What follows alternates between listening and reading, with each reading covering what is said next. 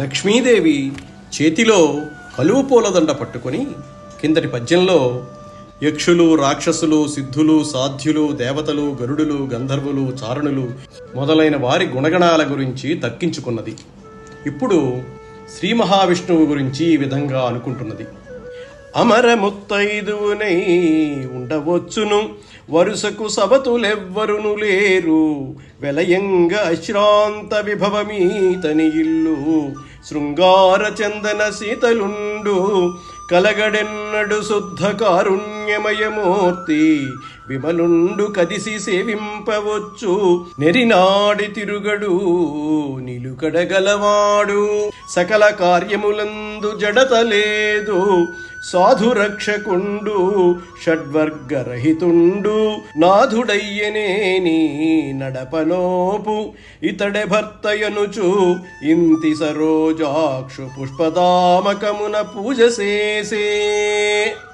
లక్ష్మీదేవి విష్ణువును మెచ్చుకున్నది.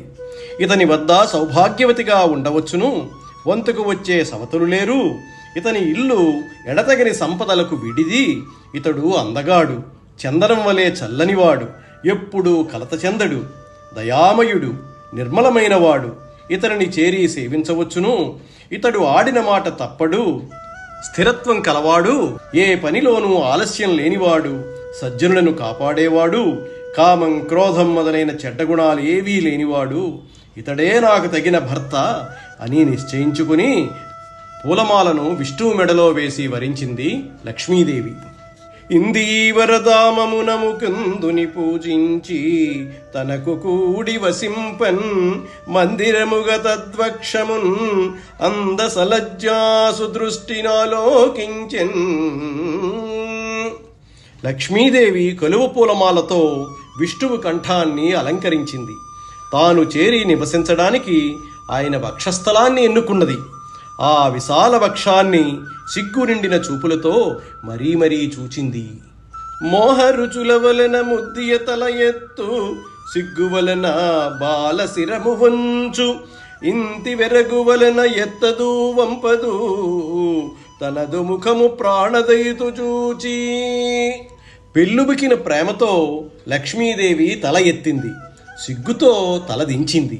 ప్రాణవల్లభుడైన ఆయనని చూడడం వలన కలిగిన తొట్టుపాటు వల్ల మొగాన్ని ఎత్తడానికి గాని దించడానికి గాని ఆమెకు శక్తి లేకపోయింది.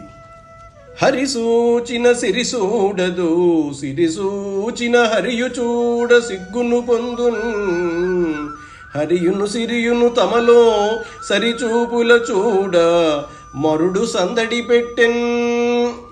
విష్ణువు చూస్తే లక్ష్మీదేవి చూచేది కాదు, లక్ష్మీదేవి చూస్తే ఆమెను చూడటానికి విష్ణువు సిగ్గుపడేవాడు. లక్ష్మీదేవి, విష్ణువు ఒకరినొకరు సరిసమానంగా చూచేటట్లు మన్మధుడు తొందర పెట్టాడు.